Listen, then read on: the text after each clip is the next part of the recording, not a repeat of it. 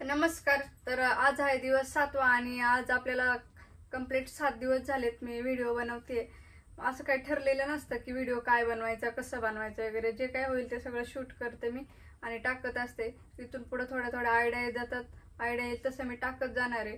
तर तुम्हाला पण जर एखादा छोटासा व्यवसाय सुरू करायचा असेल तर जास्त काही विचार करू नका की पैसे नाहीये, हे नाहीये, प्रॉब्लेम आहे, असं तसं, इकडे तिकडे जॉब करते. तर तसं काही नसतं. तुम्हाला जर कुठलाही व्यवसाय करायचा असेल, सुरुवात करायची असेल, भांडवल नसेल तरी काय हरकत नाही. जे काय आहे त्याच्यातून थोड्या पैशातून तुम्ही सुरुवात करू शकता. पण त्याच्यात आहे ना, सर्वात महत्त्वाचं असतं की टिकून राहणं. जर तुम्ही त्याच्यात टिकून राहिलेस तर सगळं होतं. जास्त काही घाबरायचं नसतं. आज नाही उद्या तरी ते 7-8 महिने तरी कंटिन्यू एखादा व्यवसाय केला तर करावा लागतो. प्रॉफिट होऊ नाही तर नाही हो, कंटिन्यू व्यवसायामध्ये काम करावं लागतं. त्याच्यानंतर 6-7 महिन्यानंतर तुम्हाला ना रिझल्ट बघायला भेटेल. कस्टमर येतात, तुमचं नाव होतं, ओळख वाढते, लोकांना माहिती होतं की तुमचं एखादं दुकान आहे, तिथे येतात लोक. आणि मेन म्हणजे सर्वात महत्त्वाचं असतं मार्केटिंग. तुम्ही जेवढी मार्केटिंग करणार तेवढ्या लोकांपर्यंत तुमचा व्यवसाय पोहोचतो. त्यामुळे मार्केटिंग करायला कधीही घाबरू नका. सोशल मीडिया तर एकदम बेस्ट आहे. आजकाल सगळेच इंस्टाग्रामवरती असतात. ज्याच्या त्याच्या हातामध्ये मोबाईल असतो. प्रत्येकाकडे मोबाईल आहे. कोणाला मोकळा वेळ भेटला कामातून की लगेच मोबाईल घेऊन बघतात, इंस्टाग्राम बघतात, यूट्यूब बघतात. तर तुम्ही हे दोन्ही पण चांगले माध्यम आहेत तुमचा व्यवसाय लोकांपर्यंत पोहोचवण्यासाठी. फक्त आपलं काय होतं, आपण घाबरतो, भीती वाटते. लोक काय म्हणतील, 4 लोक काय म्हणतील, घरातले काय म्हणतील, मित्रपरिवार काय म्हणा. पण ह्या लोकांना न घाबरता तुम्ही तुमचं काम करत राहा. लोकांपर्यंत तुमचा व्यवसाय पोहोचवा, मार्केटिंग करा. आजकाल भरपूर लोक यूट्यूबवरती असे काही पण रील्स टाकतात, बनवतात, काही टाकतात. त्याच्यापेक्षा चांगलं आहे ना, तुम्ही तुमच्या व्यवसायाची मार्केटिंग करा, व्यवसायाची जाहिरात करा. ते तरी लोकांपर्यंत पोहोचेल. 1 वर्ष झाले आम्ही हॉटेल चालू केले आणि आता गेले 2-3 महिने झाले मी इंस्टाग्रामवरती रील्स टाकते. 2 महिन्यातच मला इंस्टाग्रामवरती रील्स टाकल्याचा भरपूर फायदा झाला. लोक रील्स बघतात आणि रील्स बघून आपल्या हॉटेलवरती येतात. गावातले ना कमीच कस्टमर असतात, जास्त नसतात. ते 5-10% गावातले कस्टमर आहेत, बाकी सगळे बाहेरचे कस्टमर आहेत. तर मी करू शकते की इंस्टाग्रामवरती रील्स टाकून कस्टमर बोलू शकते, हॉटेलवरती येऊ शकतात. तर तुम्ही का नाही करू शकत? तुम्ही सुद्धा करू शकता. कोणतंही काम करायला घाबरू नका, लाजू नका आणि बिनधास्त सुरुवात करा. आणि किती प्रॉब्लेम आला तरी पण काय टेन्शन नाही घ्यायचं, तरी पण आपलं काम करत राहायचं. आता आमची पण भांडणं होतात, पण तरी पण आम्ही भांडणं झाली तरी पण आम्ही बोलत नाही एकमेकांशी, पण आमचं काम करत असतो. ते त्यांचं काम करतात, मी माझं काम करते. त्याने काय होतं, व्यवसायावरती परिणाम नाही होत. जर आपण तेच लावून धरलं तर मग काय होईल, व्यवसायावरती परिणाम होईल ना. कस्टमरला जर कळलं ह्यांच्यात असं भांडणं वगैरे होतात तर ते पण थोडेसे निगेटिव्ह एनर्जी पोहोचते त्यांच्यापर्यंत. कधीच असं म्हणजे नाही का, लोकांना दाखवायचं नाही. आम्ही सकाळी 7 ते 8 वाजता हॉटेलवरती येतो. गावातच घर आहे, 1 किलोमीटरच्या अंतरावरती आपलं हॉटेल आहे. हॉटेलवरती आल्यानंतर ना साफसफाई करायचं सगळं. आणि मग त्याच्यानंतर ना रुद्रांचे पप्पा बाजाराला जातात, तळेगावला जातात किंवा उमऱ्याला जातात किंवा टाकवेला जातात. त्यांना जिकडे जवळ पडेल तिकडे जातात आणि जे काय मटेरियल लागतं ते घेऊन येतात. फ्रेश डेलीचं चिकन लागतं, पनीर लागतं फ्रेश. त्याच्यासाठी त्यांना रोजच जावं लागतं. आपल्या गावामध्ये कोणी असं येत नाही घेऊन, नाही का, खेडेगाव आहे. तरी पण आम्ही करतोय. असं नाही आहे की लांब जायला लागतं म्हणून थांबलं वगैरे काय नाही. दररोज जातात ते, येतात. आणि त्याच्यानंतर मग आल्यानंतर आपलं सगळं रेडी करून ठेवायचं. 11च्या नंतर कस्टमर चालू होतात. संध्याकाळी 11 वाजेपर्यंत आपलं हॉटेल चालू असतं. सुरुवातीचे काही दिवस आम्हाला सुद्धा कठीण गेले की सुरुवातीला आहे ना कस्टमर येत नव्हते. गावातलेच कस्टमर, ते पण मोजकेच, ते पण उधारी. तरी पण आम्ही खचलो नाही, टिकून राहिलो आणि करत राहिलो आणि आज त्याचा रिझल्ट पाहायला भेटतोय. त्यामुळे ना तुम्ही पण असं टेन्शन घेऊ नका, टिकून राहा, सगळं व्यवस्थित होतं, काही नाही. आणि आता तर मी यूट्यूबला सुद्धा व्हिडिओ टाकते, त्याचा सुद्धा लवकरच रिझल्ट बघायला भेटेल. तर बघू आज आता दिवसभर पुढे काय होतंय ते पाहूया पुढे. तर आपण इथे बनवत आहे पनीर चिली आणि इथं तेल गरम केलंय, पनीर तळून घेतलेलं आहे. हे परत डबल एकदा फ्राय करायचं, तळून घ्यायचं.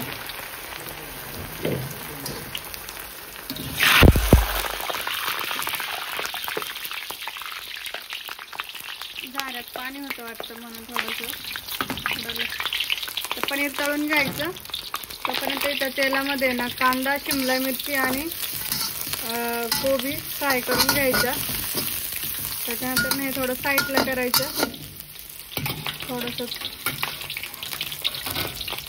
थोडंसं तेल घ्यायचं आणि त्याच्यात अद्रक लसूण टाकायची. मिरची, हे अद्रक लसूण आहे, थोडीशी टाकायची. मिरची पण टाकतात, पण त्यांना तिखट नाही पाहिजे त्यामुळे मिरची नाही टाकत मी.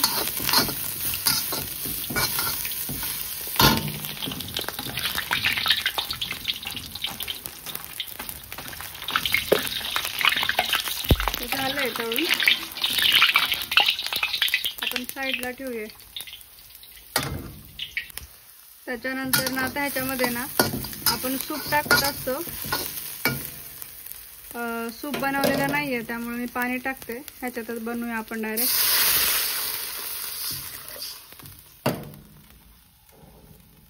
थोडे मसाले टाकायचे.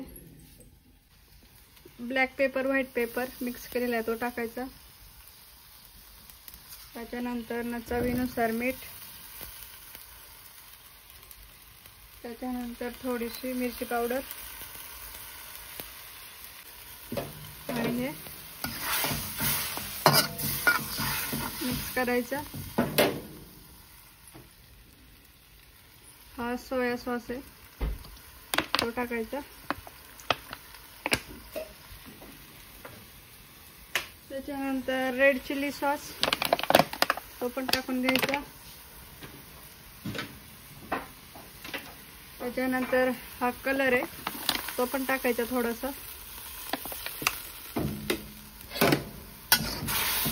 आता याला उकळी येऊन द्यायची आणि कॉर्नफ्लॉवरचं पाणी टाकायचं, थोडं घट्ट होईल.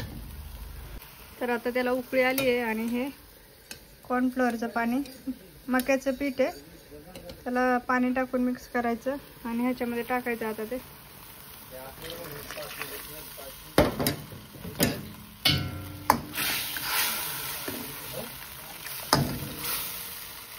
आता हा मसाला झालेला आहे. थोडासा अजून कलर टाकूया.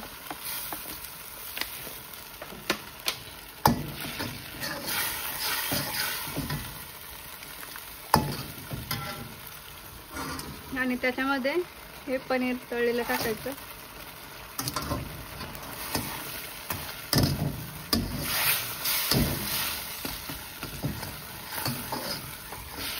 आता आपली पनीर चिली तयार आहे. त्याच्यानंतर ना आता ह्याला आपण प्लेटमध्ये टाकूया.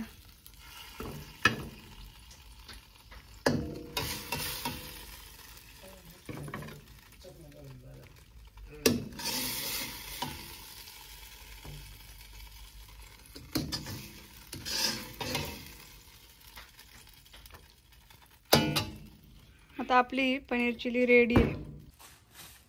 तर आताच आपण पनीर चिली बनवून दिली आहे आणि ही दुसरी ऑर्डर आहे 3 हाफ राईसची. तर हे पण आपण पार्सल करतोय आता.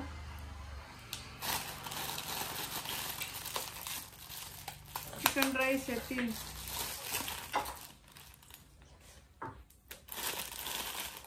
3 चिकन राईस आहे. एक हाफ राईस 70 रुपयाला असतोय. हाफ आहे ना राईस तुमचा? 7 7 7 2 त्याला 7 210 झाले तुमचे.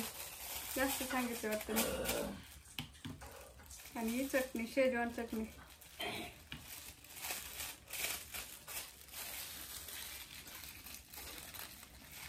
एकत्रच देऊ ना तिने पण.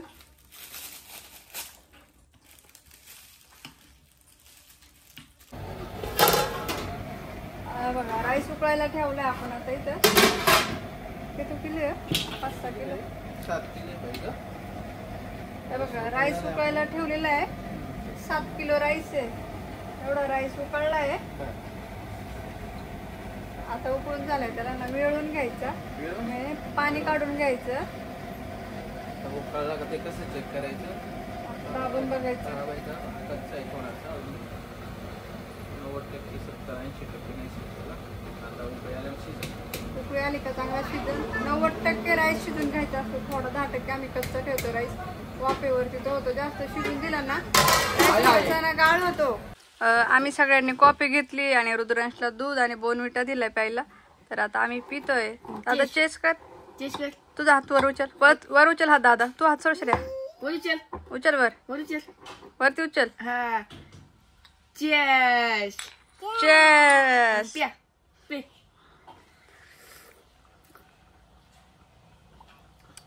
मस्त आहे का? अरे पडशील. वरती हो. सांडवशील. पे संपलं का? त्याने पहिलंच प्याले का काय? उचल. आई पडला काय? पडला. पडला. छा छा छा. संपलं का? एवढीशा. अजून पाहिजे का? अजून बाई अजून चेस्ट कराय. अजून देऊ का दुधू? कट्टी का? हे आहेत आपल्या आप्पाच्या ढाबाचे मालक दत्ता सदाशिव शिवेकर. आणि आपल्या आप्पाच्या ढाबाची स्पेशल चटणी बनवताय तिथं. आणि त्यांनी काय केलंय, आचारी वगैरे कुक पण नाही ठेवलाय, त्याच्यामुळे स्वतःलाच बनवायला लागते.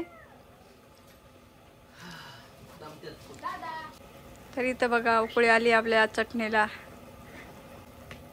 आता त्याच्यात कॉर्नफ्लोअर टाकायचंय. आणि रुद्रांच्या पप्पांनी मौन व्रत घेतले, त्यामुळं काहीच बोलत नाही. हाय ना? बरोबर ना?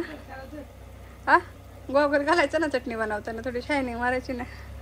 देऊ का? हा, थांबा तुम्हाला गॉगल देते. कुठे गेला गडे गॉगल शेटचा? येते. हे घ्या. रात्र झालं तरी रात्रीचं घालतात गॉगल. घाला. रात्री सासरवाडीवरून दिलाय गिफ्ट मला माझ्या बायकोनी. कुणी दिलंय गिफ्ट? कुणी? माझ्या बायकोनी दिला ना. मी नाही दिला. आता कुणी आणला? तुम्हीच घेतलाय तो. घेतला का? आता बघा, आता शायनिंग मारत गॉगल घालून चटणी बनवायची. असं कुणी बनवत असेल का बघा तुम्हीच.